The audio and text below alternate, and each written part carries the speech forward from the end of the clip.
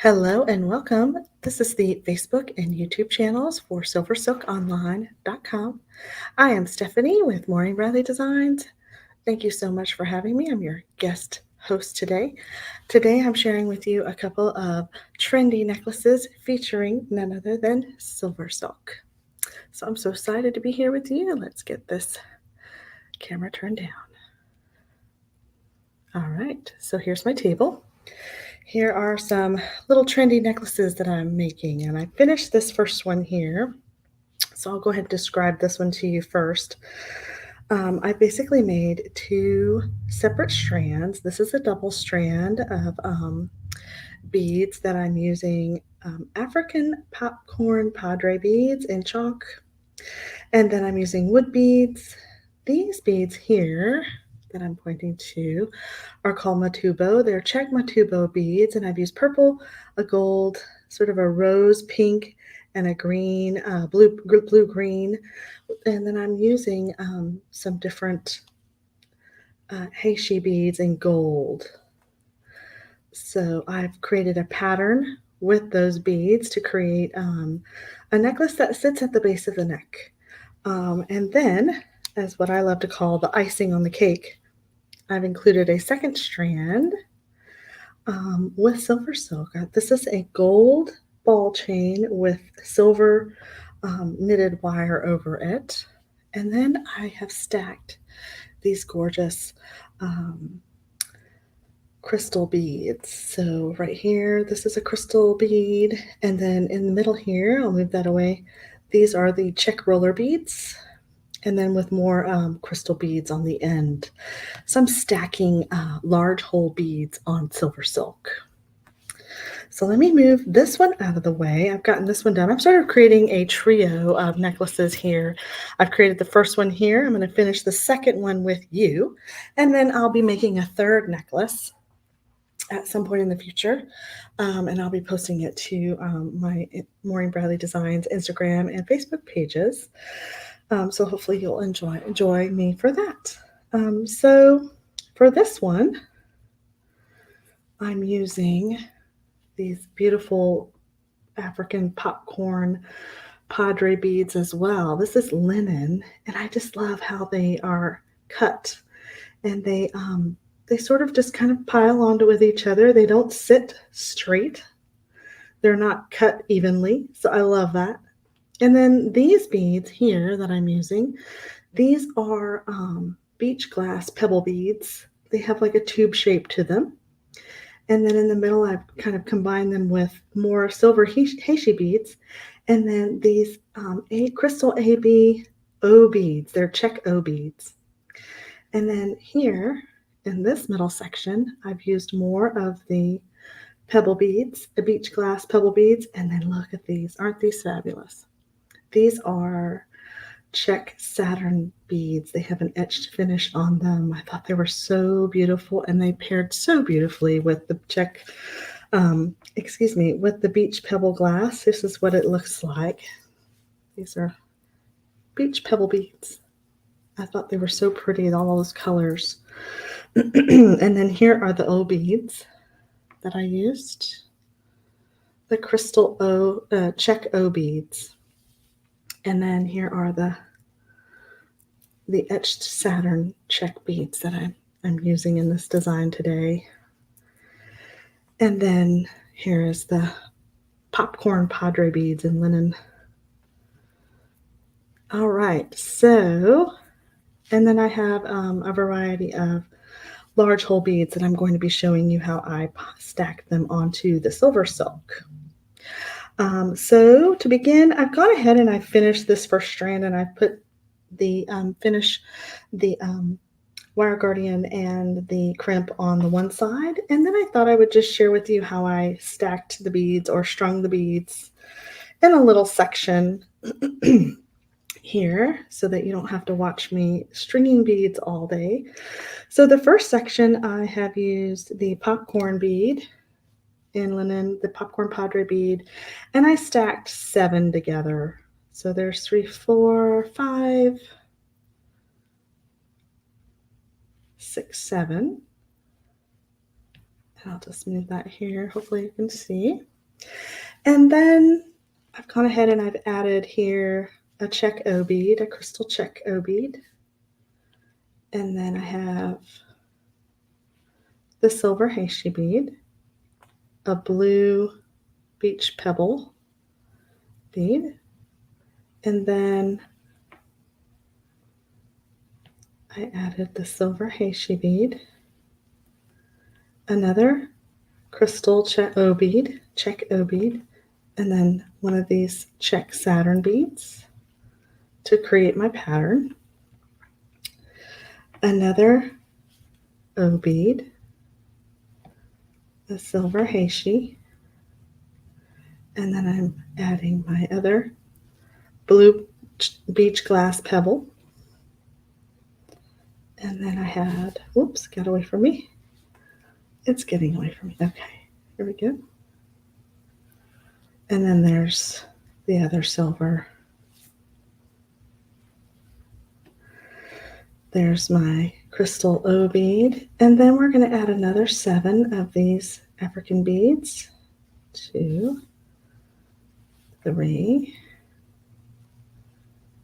4, 5, 6, and 7. So now we've reached the next section, if you will, to where we're going to add these. And I wanted to show you how I created the little dangle. So I've got 1 O bead, my little dangle,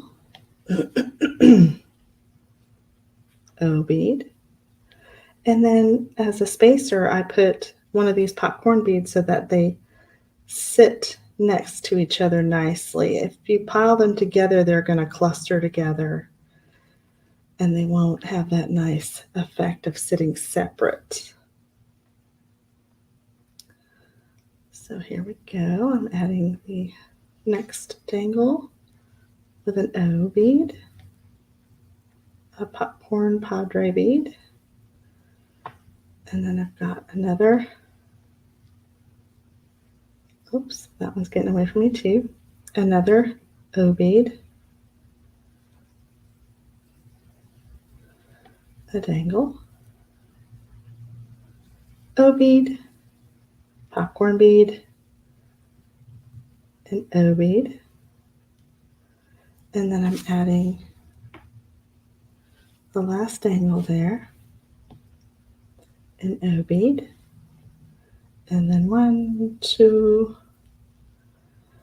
3, 4, 5, 6, and 7 to end, and one last O bead. And before I finish this side, I wanted to share with you how I created the dangle. So I have a copper head pin with a ball on the end, and I've added a heishi bead because if you notice on these beads have a large hole and they go right through the head pin. So I went ahead and added the heishi bead. It's also acts as a stopper bead. And then as your tools that you're going to need today, so I've got round nose pliers, I've got some chain nose pliers, I've got a magical crimpers with the ball crimp, some nylon coated pliers, and flush cutters. So to start, I'm going to place my pliers right next to the bead, and I'm going to bend down, and I'm going to rotate my pliers up, coming in about 1/4 of an inch, rotating that wire down, rotating my pliers up, and then moving my wire back around. I grab my chain nose pliers, I hold on to the loop, and then with my other pair of pliers, sometimes I can use my fingers, but a lot of times on head pins, the gauge of the wire is very hard, even though you might have, I think these are like 20G gauge, but the wire is hard, and so it can be hard to bend. And so I'm just wrapping that wire around with my pliers. As you can see, I double wrapped it. And then I'm just clipping so that I clip a flush edge of my wire. Hold on to the wire so it doesn't fly away. And I'm just tucking that little end in. And then I'm just straightening.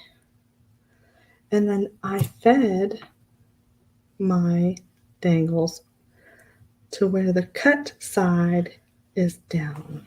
Oops, didn't quite get that tucked in. So that cut side is down, and all of my beads face the same way with just the wrap on the outside. So that's how I created the little dangle. So now we're going to go ahead and finish. Excuse me. I'm going to move this out of the way. And we're going to go ahead and finish with a crimp on this side. And I'm using a 2x2 crimp. I'm feeding that silver crimp on first. And then I do like to use wire guardians. So I'm feeding my silk. And by the way, I am using soft flex wire in silver. It is the Extreme Soft Flex Wire 925 sterling silver. So I'm just bringing that wire guardian down, and I'm feeding the other side of my wire into the other opening of the opposite side. I'm going to feed that strand of silver silk on down through my crimp and about a couple of beads down so that you see the other side. And then what I like to do is sort of lay things down, and then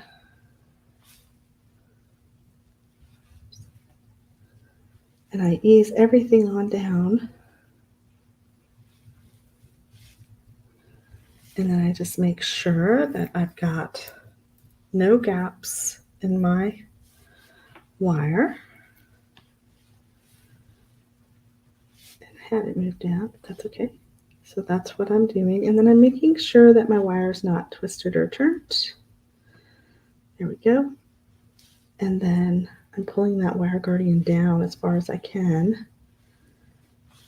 And then I'm just easing it down next to so that everything's all together. And I think that when you're stringing, you want to make sure that everything flows nicely. It shouldn't be so tight that you can't even bend it. That your tension. So your tension should be easy, like so. All right, so now we're ready to use the magical crimping pliers. Excuse me. And I'm just going to come in. There's the ball in the crimp. And you're just going to place your crimp inside that ball. And I'm going to try to get you as close as I possibly can. And then you can see that if I did it like this, I'm getting ready to crimp down or clamp down onto my wire guardian, and I don't want to do that. So I'm just going to gently pull up a little bit so that I have a little bit of space there. And then you can gently pull down on your wire. And you might have a little bit too much space, and that's okay too. So pull down those beads. And then we're going to add that wire, that crimp in there. And then I'm just gently pulling down on the string, or on the wire. So, and it is very slippery, so that's okay. We're going to get it this time. All right, so I'm making sure I'm holding on to everything. Got the crimp inside the ball, and I'm gently pulling, and then I'm going to clamp down. And as you can see, it creates a little pillow. So then I'm going to come back in, and I'm going to put my magical crimpers around that pillow. I've turned my pliers, and I'm going to squeeze again. And then I'm going to turn again, making sure that my wire guardian is not inside my pliers. And I'm going to squeeze. And then I just keep turning it until I've squeezed it into a little ball, to where I'll show you in just a minute. So you're just going to keep turning. I'm going to turn one more time. My beads. I don't want to crack my beads either. There we go. And just making sure you're not grabbing hold of your wire guardian or your beads. All right. So you can see as we've squeezed down, it creates a little ball. And then I'm able to clip away that end piece inside the beads. And now we have our second strand for our necklace. So it will sit like that. And then this one will be inside. I have my clasp here. This is a box clasp for 2 strands. I'm going to place it here so that this side will be against the neck and you'll open out to clasp it down. Before I move on, I'll show you in this necklace, if you wanted. This one didn't have any dangles, but what I did was, in order to create a little twist in the necklace, I attached these two with jump rings like that. But then when I came to this side, I switched them so that you'll always have a little bit of a twist in your necklace, how it will wear. For this one, however, I'm not going to be doing that. I'm just going to attach it straight because I've got little dangles around. Excuse me. So now I'm going to use my chain nose pliers. I'm going to open my jump ring from front to back. These are 18 gauge 5mm jump rings. And I'm just going to attach everything straight to the clasp, like so. And I did want to tell you a little bit about the sizing of the necklace. So when I make jewelry, if I'm not making it for myself or somebody specific, I do tend to do a standard size, and those sizes can be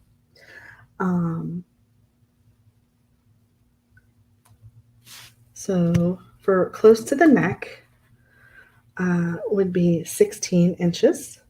And then as you go further down the neckline, it will come to 18 inches and then 20 inches and then 24 on down to 28 and 30 inches, depending on the style of necklace you're making.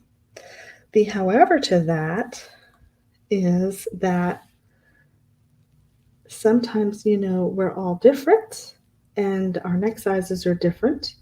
And so if you're making something specific for someone and you have them within arm's reach, you can measure their neckline and make the necklace to be adjusted to that person's specifically. For this, because I don't have a person in mind, I did make the necklace 18 inches for these, so that it will sit a little bit away from the neck. And we have these dangles here. Oops, this could go on the outside. There we go. It's going to cooperate. There we go. All right. And then for this one, I wanted right next to the neckline, so I did make it 16 inches long. And then the SilverSilk necklace I made 18 inches long. So now I want to move to what I consider the icing on the cake. And this would be the SilverSilk capture chain. And I had so much fun creating with this that I thought about this color, green. I thought about this color of green. I have blue. Let's share with you some of the colors. And then I also did consider black and silver to go with these beads. I thought all of the chains went just fabulously with my beads, but I did settle on this beautiful blue pearlesque chain. And I'm just going to show you that you can add and stack your beads like so. Well, you can see that. And then I got another big crystal in the middle with 2 crystal spacers. This is an enamel,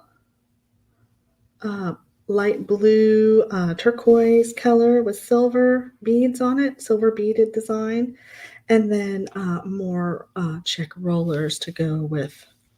I thought these colors went fabulously with the SilverSilk and this necklace. Okay, and so the last part of this would be to add our crimp to our capture chain. So I'm just taking the capture chain and I'm putting it inside the crimp right there. And I'm trying to put it as far in as I can. And then I'm going to use my nylon jaw pliers and I'm just going to clamp down. I'm holding the SilverSilk and I'm gently clamping down. And don't get your fingers like I did. I did one the other day and look what I did to my finger. So be careful not to slide too much. I'm going to turn it around and I'm going to clamp down some more. You can turn it if you need to. But I'm just holding it in place with my fingers, trying not to grab my fingers too much. Okay. So now I've got that done. And now I have 2 more jump rings and this pretty crystal clasp. It's a box clasp. And I'm just going to be adding that. I also love I loved adding the silver with copper together in this design. I thought that the copper crimps went just so beautifully with the capture chain. So the last part of this is to open our jump ring. And we are about out of time. It's been over 20 minutes. I've been trying to get these to be under 15. And so I'm just going to do this. I'm adding and making sure that my jump ring is closed. You can wiggle it back and forth for the enclosure to make sure that they're closed snugly together.